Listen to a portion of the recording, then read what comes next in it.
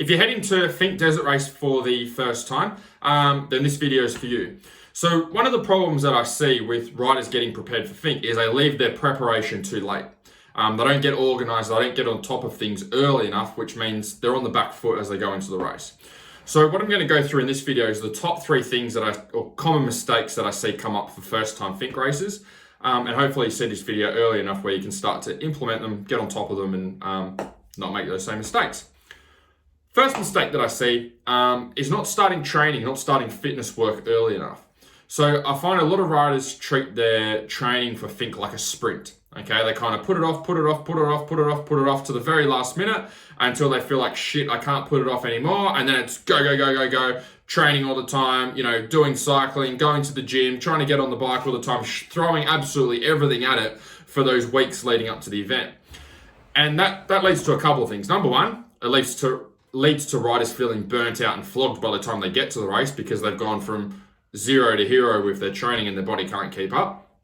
The other thing that happens is it increases their risk of having an accident and having an injury because they're going from all or nothing. Okay, so all or nothing mindset of doing nothing and then just go. And so it takes a little bit of time for your body to adapt to doing extra training, to doing extra riding. And that takes time. Okay, there's nothing you can do to improve or speed up that process. It just takes time for you to be able to adapt. So if you're pushing things too hard and putting yourself under too much pressure, then it increases your chances of coming off and having an accident. So the way that I like to think of it is you want to treat your training as a marathon rather than a sprint. Okay, so it's looking at your training and going, okay, what can I do that's sustainable 6 months before the event, 9 months before the event, 12 months before the event, okay? And so if you're looking at your training and you're going, shit, like, this is what I want to do, but there's no way I'd be able to keep that up for 12 months, then you've probably got the wrong training program in front of you or wrong training structure that you've put together. So you want to be able to look at your training and you want to be able to go, okay, if I'm doing, 3 training sessions a week, cool. Am I able to maintain these 3 training sessions a week for most of the 12 months leading up? Yes, cool, awesome. But if your training plan is made up of 6 sessions a week and getting up early and cycling and going to bed late and lifting weights and only sleeping for 5 hours, how long are you going to be able to maintain that for? Okay, and chances are for a lot of you, not very long. So that makes sense why you would want to keep pushing it off, putting it off. So first thing is treat the training as a marathon, not a sprint. Pick a pace with your training that you can hold and maintain rather than just going from 0 to nothing. Second thing that I had written down is actually doing the right training.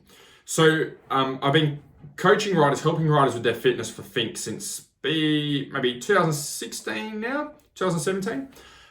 So you just see patterns, you see things that come up. I speak to a lot of guys that do Finke and have trained in different ways before or are planning to train in a specific way.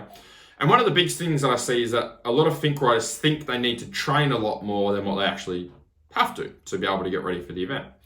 So it's not uncommon for me to hear from riders that are like doing a shit ton of cycling every day, okay, going cycling 5 times a week. It's not uncommon for me to hear people going to CrossFit sessions or F45 sessions 5 times a week and then trying to ramp that up and do one in the morning and do one after work on particular days and then squeeze it in on the weekend with their riding. It's not uncommon for me to hear people going for like 5K runs, okay, 4 or 5 times a week. And so the problem with that is that a lot of the training that I hear that riders are doing is just not right. It's not the most effective training. Okay, it might be exercise, but it's not the most effective for getting them ready for Finke. And so if you're interested in what is effective, I've got plenty of other videos on the channel that you can check out, but that's outside of the scope of today's video.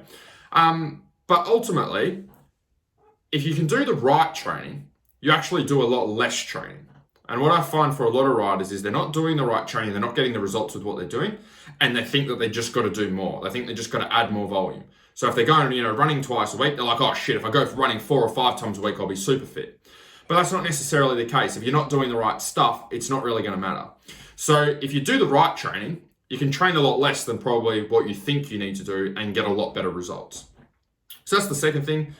Third thing that I put together is if you can start early enough with your training, you can let your training help to improve your riding without doing extra riding.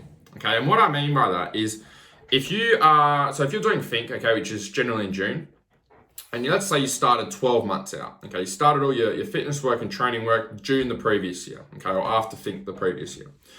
if you're able to get yourself fitter and stronger, okay, 12 months before the event, what that means is every time you get on the bike for those 12 months, you're fitter.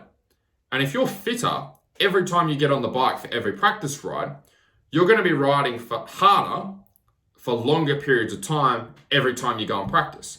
So if you normally go riding once a week, okay, and normally you ride for an hour and then you start to fatigue and get arm pump and slow down and pull over and have a drink and go back to the car and all that sort of stuff. If you can get yourself a lot fitter, that means when you go and practice now, instead of pulling up and only getting, say, an hour's worth of solid riding in, now you can get an hour and a half worth of solid riding in. Now you can get 2 hours worth of solid riding in. Now you can get 2.5 hours worth of solid riding in. So yes, riding more will definitely help you if you've got the option to do that. But the other option is if you can get fit enough early enough, when you do go and ride, you'll actually spend more of that time riding and more of that time on the bike and more of that time going hard, which is going to help you to be able to get a better transfer over to your riding and racing. So you think, like if you normally do it in an hour of hard riding and you can get your fitness to 2 hours of hard riding, you've doubled the amount of hard riding that you've done. You're doing 2 years of riding to 1 year that you were doing before. So you're going to see, like anytime you can compress 2 years into 1 year, you're going to see leaps and bounds in progress in your riding just because you're doing more riding. It's as simple as that. Even if you change nothing else, you're just on the bike more when you are getting out there. And the great thing about that is you don't have to add extra days in because it's hard. Like unless you're a factory rider and you're riding and racing for a living, you're probably working during the week. So going riding, 3 or 4 times a week, although it would be lovely to be able to do that, it's probably not achievable for a lot of you. So if you can maximize the time that you do have on the bike, then that's going to help you to be able to perform better. So there are 3 things. First, I'll just do a quick recap. First thing, start your training early. Okay, don't leave it to the last minute. Treat your training as a marathon, not a sprint. Pick a pace that you can maintain throughout the year with your training. Don't just try and go absolutely flat out with your training and change things overnight.